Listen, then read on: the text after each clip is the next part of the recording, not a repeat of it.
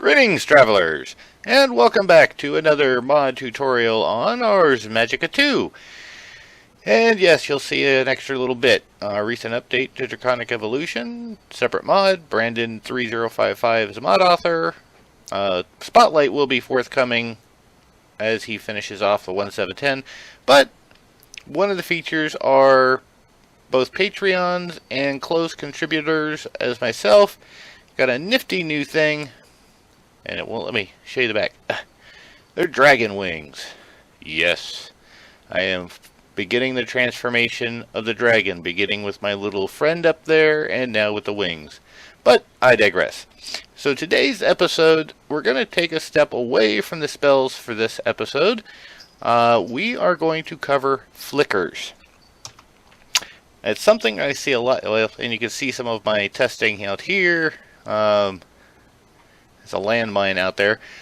But I've seen a lot of questions and comments about flickers and their use and, the mechanics. So this episode, we're probably going to do this over a couple episodes. Depends on what we get covered in this one. The first thing we're going to do is just talk about flickers. So we're going to release one. And you'll see it's a flicker. Flying away. Way above. So you might see these randomly flying around in the world. They generally tend to spawn in their particular biome preference. Earth ones tend to be lower to the ground or below ground. You have Ender. Well, I'll just show you. You have a lot of different flickers. Let's go here, mobs and flickers. You see this in here, including the comedic Zycraft flicker. Never happen. Never do anything.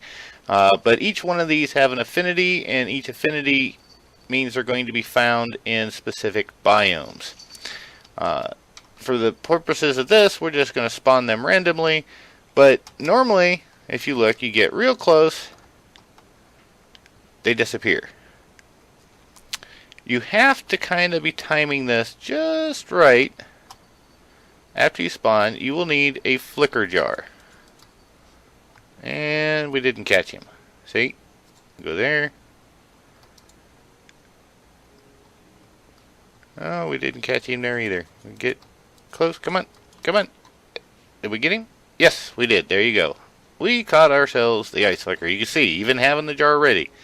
So the idea is you want to try and get close enough to capture them with the jar before they disappear. That's the first step. You want to get a bunch of different ones. Then, of course, you can also increase your chances by placing a flicker lure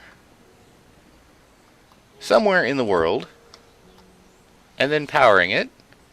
So let's get... Oh, I did catch the nature flicker. It just went in the other slot. Let's go here, go here. There. So we're going to do this and this. That gives it what it needs, and then it needs a redstone signal to turn it on.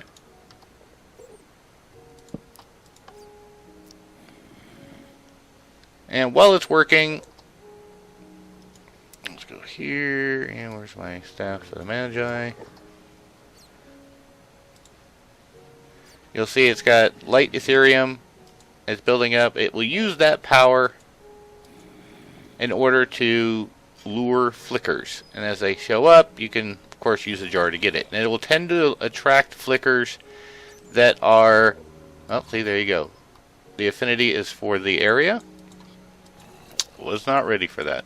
Come on, get close. There we go. Which one did we catch this time? We didn't. He disappeared. Oh, let's go here. Ah, dang it. Oh, I guess it would help if I had the jar ready. Anyway, so that's one way to attract flickers rather than having to travel all over the world looking for... Oh, did we get it? And we got it. Water flicker. There you go. So instead of going around to the world and searching for them, you can have one of these and just kind of keep an eye on it. When one appears, you just try to catch it. Now the next part of what you're going to need, that part's the easy part. The next part you're going to need is... Oop, just fell in the hole. Flicker habitat. This is room for one flicker. So you can put the flickers in there, and they will pretty much do nothing. However, you can turn that flicker into a focus.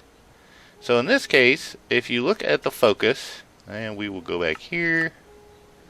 So the one I was testing was the flatlands. So go here. They'll just take the specific, like in this case, an earth flicker. If you want to do, each one has its own specific, each flicker has its own thing that it can do. And if you look, like the water flicker, or let's go back here to the items, and go flicker focus, and gentle rains. It will hydrate the terrain so you can use it in place of water. And this way you can create a water source, effectively, for farmland. Or, mostly farmland, but, anything you'd need water to get the ground wet.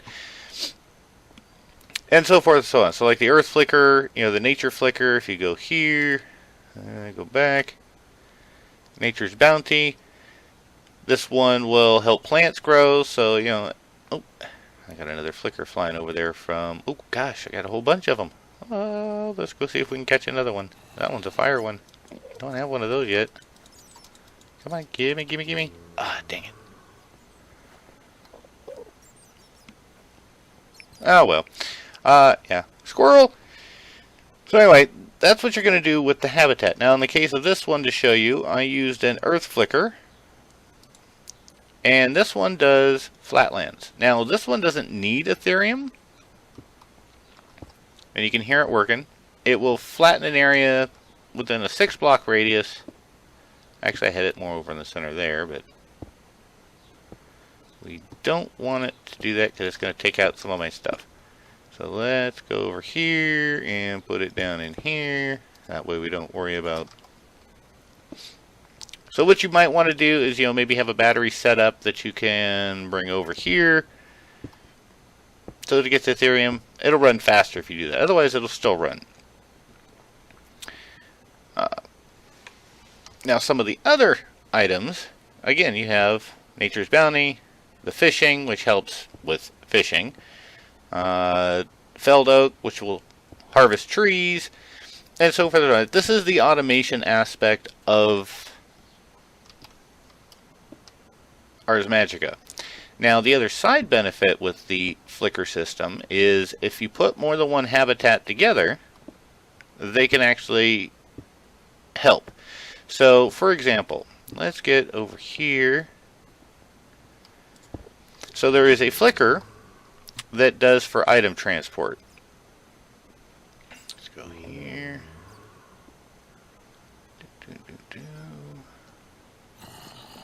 I've got to remember which one it is. I believe it's containment. Nope, that's the wrong one. 5.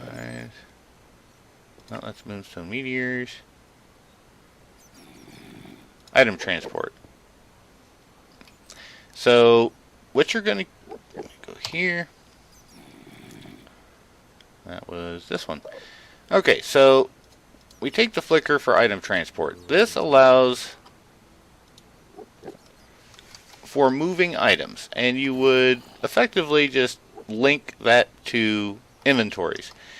This one's probably the most complicated of them, which is why we're going to cover this. So let's go with this, and we'll go with this. Alright. Alright, so anyway, you're going to link these, and you're going to use what are called crystals. In this case, import-export. So you would take this, right click. Let's go here. Export crystal. And we want an import crystal. So, the way it should work is if we, let's just do this. Alright. A little bit of a pause there because of backing up. So the way the crystal should work is it should transport the stuff out of here to here. Alright, so once you get your crystals in place, you are going to use the crystal wrench, right click here, right click there,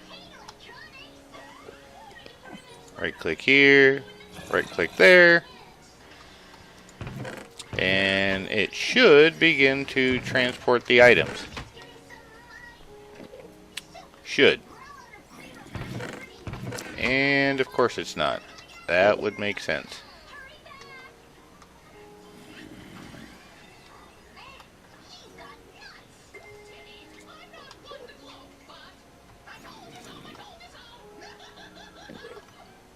Here. Here. Well, that would just make too much sense.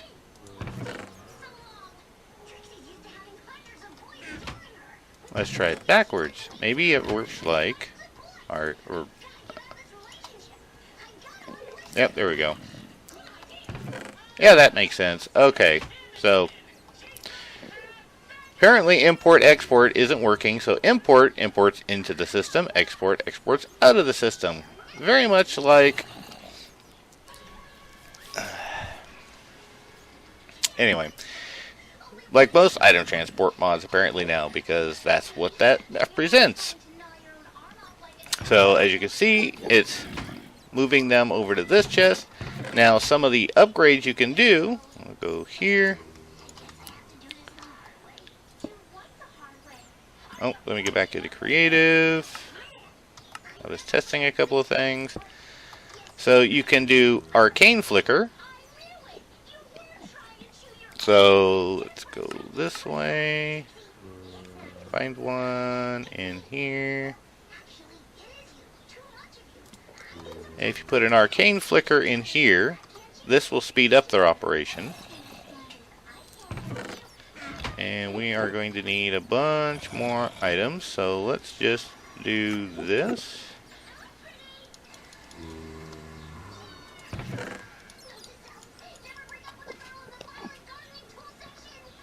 So you'll see. And if you do the lightning flicker, oh, don't need 64 of them. That speeds up so fast. That speeds up the number or the stack. So you saw it was doing 32 at a time.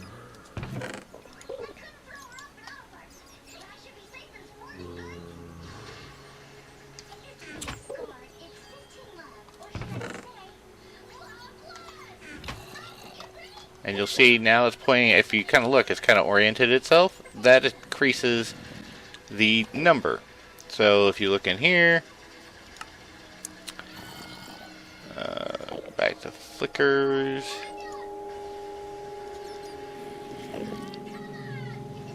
Or actually, let's go back to the item. I go here, flicker focus. So if you look on here, it'll even tell you number of items. Arcane is the number of items Flicker can move at one time. First one does to 32, and each additional one does 32 more. Lightning increases the speed at which it does it. So you could theoretically add, what, 1, 2, 3, 4 more Arcane, and it would end up doing 5, almost 3 stacks every action, which that's a lot of movement. But you can see we're completely full over here. So that's the item transport. And remember, it's going to need the crystal wrench to link them up.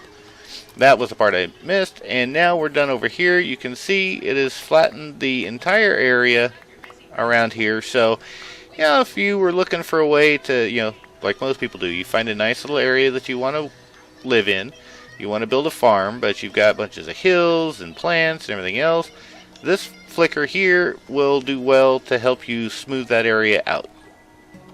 And we are going to go try and catch us another flicker. What do we have over here? Those are water ones. Let's see. Go here. We got it. Got it. Got it. Those water ones don't seem to move very fast. And we're going to go over here and we got it, I think. And I think we got that one. So we got a air flicker, we got an arcane flicker, we got water flickers. I think this is another arcane flicker. Oh, we missed it. That one's probably an air flicker. But you can see that lure works really, really well. So, as you can see, the flickers are a pretty powerful and unique method of automation with Ars Magica 2. I've shown you a couple of them. The item one is probably the one that's the most challenging to set up initially, but just remember, you use the item transport flicker, and just for the sake of the argument, that's going to use an air flicker with the topaz and chimerite, and then just arcane flickers and lightning flickers will increase the capacity and speed that it moves. Now the thing is, these could be within 20 blocks of whatever it is you're moving around, and they don't need line of sight. So you could set this up somewhere below ground, and then just all the different chests that you're going to use, you know, like I would suggest maybe having one chest that's used as the import, because that's what's going to pull into the network, and then use the blue crystals on all your sorting chests. There's not a way to tell it which chest gets stuff, so you'd want to kind of preset that up as far as what gets stored where.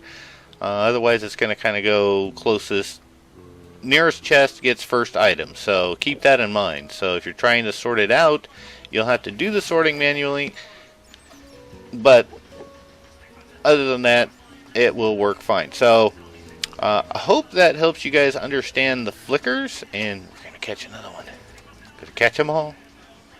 And oh, I missed that one. Let's see if we can get this lightning one. Nope, I don't think we did. Oh, yeah, we did. Cool. Let's go get this one over here. Nope, we missed it. Alright, so I want to thank you guys for coming again. And keep those comments coming, because that, you know, as you can see, the questions and comments that I see are definitely kind of dictating as a tutorial series what I cover in each topic for the next one. The next plan, unless I get something that asks for different, is we're going to cover some more advanced spells that require several components. And remember, we have our Otherworld aura up, so we won't have to worry about making it all ourselves. We've got our little servant to do it. So thank you guys for coming by. Don't forget to like, comment, subscribe. Oh, dang it. Sorry. And see you next time, and you guys have a great day.